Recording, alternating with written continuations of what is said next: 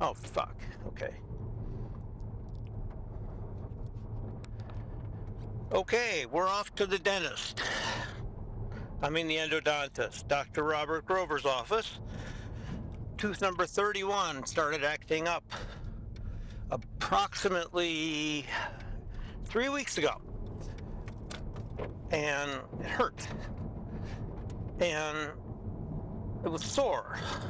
But then in the last 3, 4, 5 days, it's been very painful and extremely sensitive to cold, which it never is. And it's the only tooth that's sensitive to cold.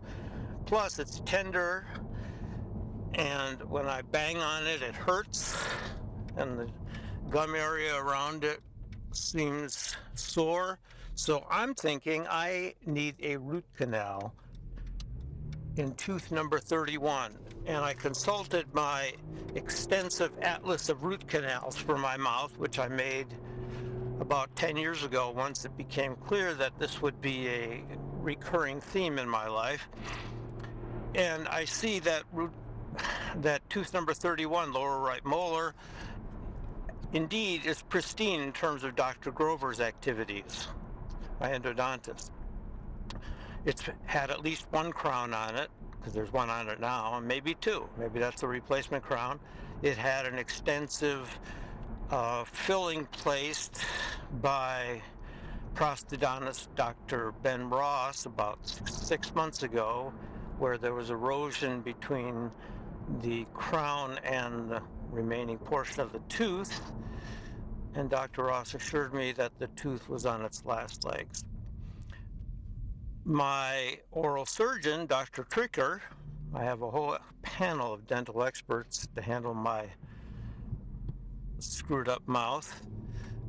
Anyway, Dr. Tricker tells me that it's not worth saving the tooth or putting an implant in at its base because it's so far back, it's not really necessary, so don't spend the money. If something bad happened, just extract it and let the spot lie vacant.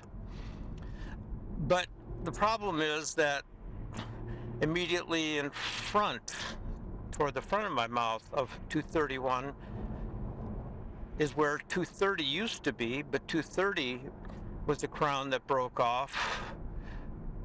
Roots were extracted, a dental implant was planned, and the titanium base is indeed in place, ready to rock and roll anytime I pony up the $3,000 it'll cost to put a beautiful lifelike tooth on top of that titanium post. But since I've been doing okay without it, I'm just holding off till I win the lottery or something. Anyway, my point is that if I take tooth 31 out, as opposed to preserving it as long as I can, I'll have lost all chewing function from molars in the lower right side of my mouth, which means chewing function on the right side of my mouth, period, because the upper molars aren't much good if they have nothing but air to occlude against. So we will see what Dr. Grover has to say. Will I keep the keep glass running while I'm in the chair? Probably not, only because I like to see Dr. Grover and visit with him, and I don't want to have to have the complication of some other thing going on at the same time, because I like him so much and he's such a good guy. So I think we'll stop this video after I, let's see, where is Dr. Grover's office? Do I remember? I think, no, that's oral surgeons. Let's see, I think maybe down here. Let's just see.